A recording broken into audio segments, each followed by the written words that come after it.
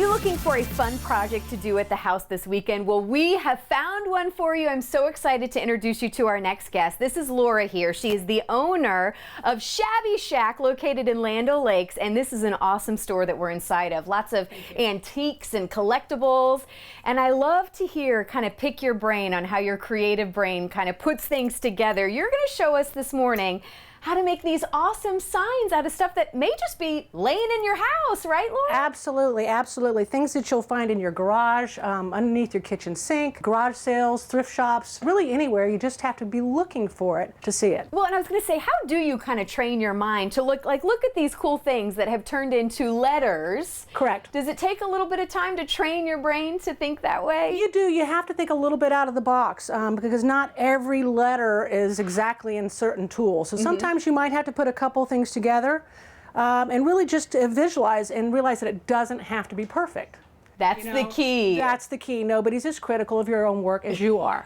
So put it all together, then maybe ask a friend to look just to make sure that they see what you're seeing, because everybody's mind-eye is a little bit different. But yeah, a whole lot of fun, and you can use just about anything. Yeah, so you made this sign here, obviously, that says faith. You're going to show us how to make this one that is spelled out love. Love, yeah, well, and that's such an easy one, too. Not a real difficult one to do, and a word that works in just about any home or space. What do we start with here? What's kind of your backing that you like to use that would work best? This is just a basic piece of lumber that you would, I mean, obviously you could buy it, but you might even have some scrap lumber. So it really doesn't matter. Your backing can be anything, but lumber works the best. Do you stain it or anything? You can stain it, you can paint it, you can leave it raw. I did stain this particular piece, but I also find that with the dark materials that often really stand out if you don't even do anything and just leave the raw wood. Yeah. So it's up to you. Basically today I just started with the wood, and I've got a few pieces that I've gathered together here, and this is just actually was just a broken lamp. When you start doing this, you'll find that too, that you just start harvesting different pieces from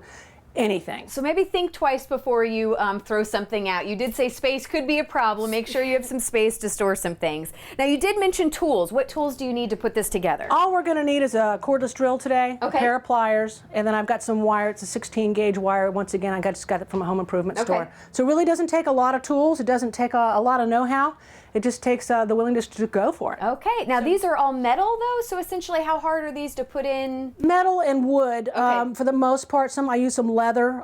You can use cork. You can use really anything. You don't have to stay with metal. And the way you put it on is just with wire and a drill. So I will typically just lay it out on my piece of wood, trying to get it somewhat symmetrical, but if it's not, that's even better. A little bit funky and a little bit... Again, don't strive to be perfect. No, yeah, because you'll drive yourself nuts, and then it's not fun. And the whole idea is obviously you want to have fun. Anything we need to keep in mind when we're doing it? Well, obviously safety. Okay. You definitely want to be safe, and then also realize when you're drilling that it's going to go through the wood into whatever's below. So don't do this on your kitchen counter. Your husband will be really mad. But all you're going to want to do is just mark your spots with a pencil, and then all you're going to do is drill a hole through those 3 spots and then run the wire through.